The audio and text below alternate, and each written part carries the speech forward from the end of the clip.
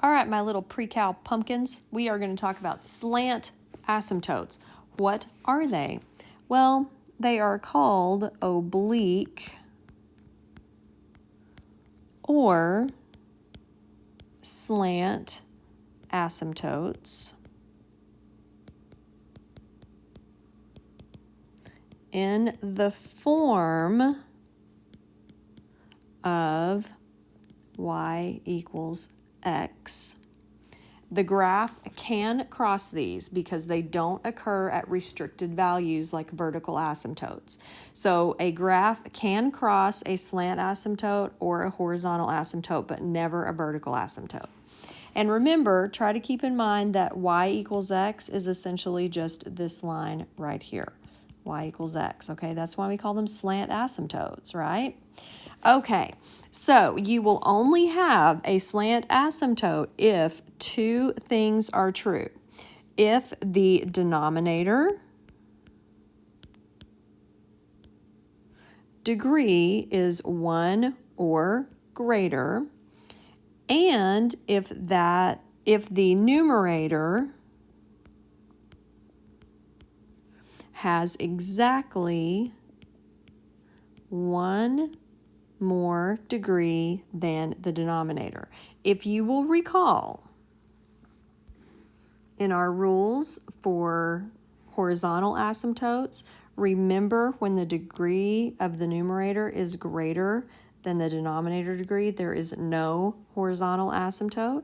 That's because there's a slant asymptote right there. You can't have a horizontal asymptote and a slant asymptote at the same time.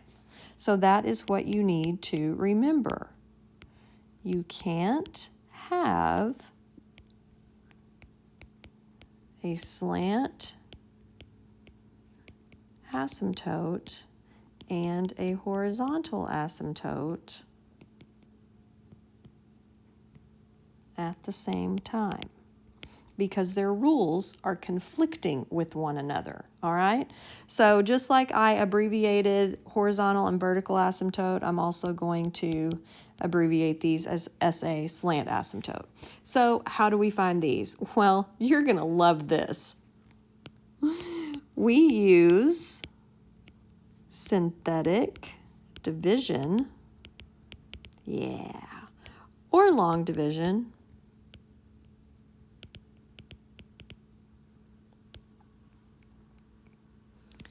to find the equation, because remember, it's the equation of a line. We already talked about that for the slant asymptote. Okay, this is the tricky part. It will be the portion of the division answer, the answer you get when you use division, without the remainder. So even if there is a remainder, we don't care. Let me show you what I'm talking about. Okay, so as examples here, we are going to find the domain, we're going to find asymptotes, and we're going to find the x and y intercepts just like we did on those other problems. All right, so the domain, the very first thing we're going to talk about, look at your denominator.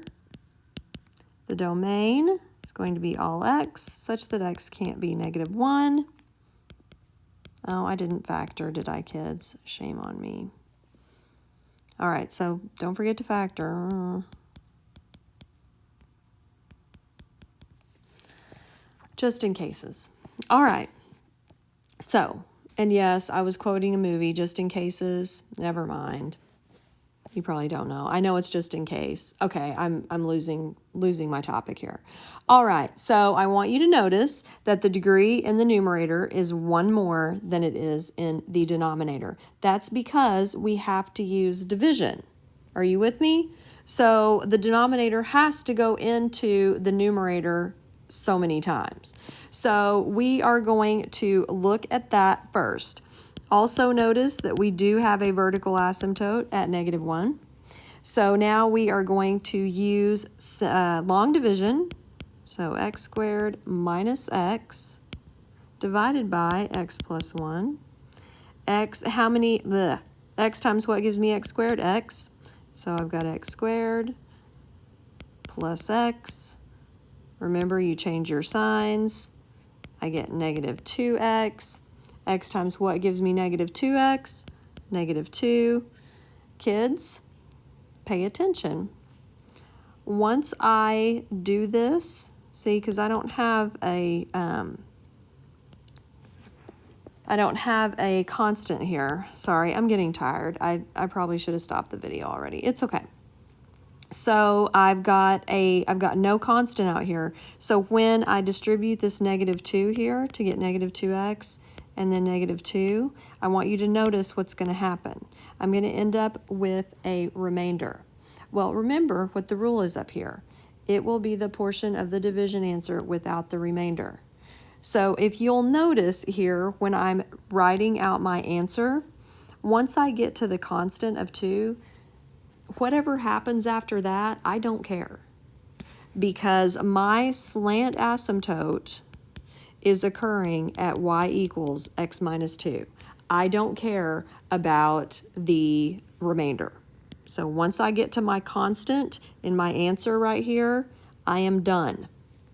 All right, x-intercept and y-intercept. Remember that the x-intercept, we're going to set the numerator equal to 0.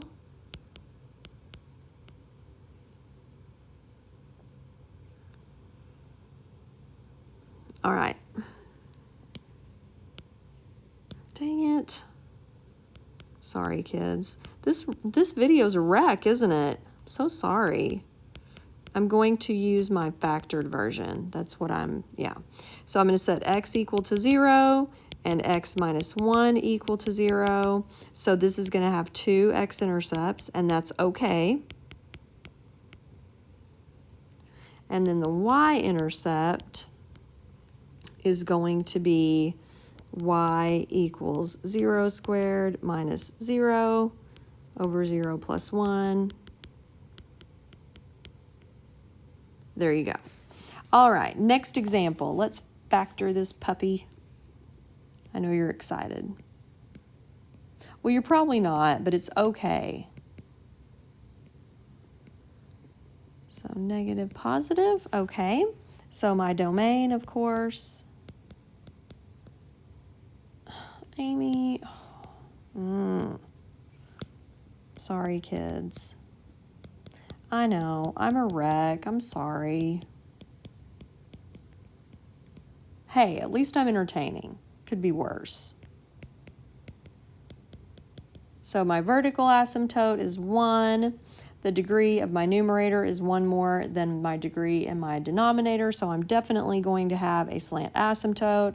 I've just got to figure out what it's going to be. So I'm going to use my long division here. X times what gives me x squared? That'd be x. My signs change. I end up with 0 minus 2 right here. So guess what? X times nothing gives me nothing. So this is my slant asymptote. I am done. Y equals x. That's it. Walk away. All right, x-intercept. I'm going to set my numerator equal to 0. So x equals 2, x equals negative 1. So I've got 2 x-intercepts again. My y-intercept, when all my x's are zeros. So 0 squared minus 0 minus 2 over 0 minus 1. I hope this video is not too long. So my y-intercept right there. Okay, last one. Y'all are being troopers, though. Good job. Well, I assume you're still listening to this. Okay, factors are done. Write our domain.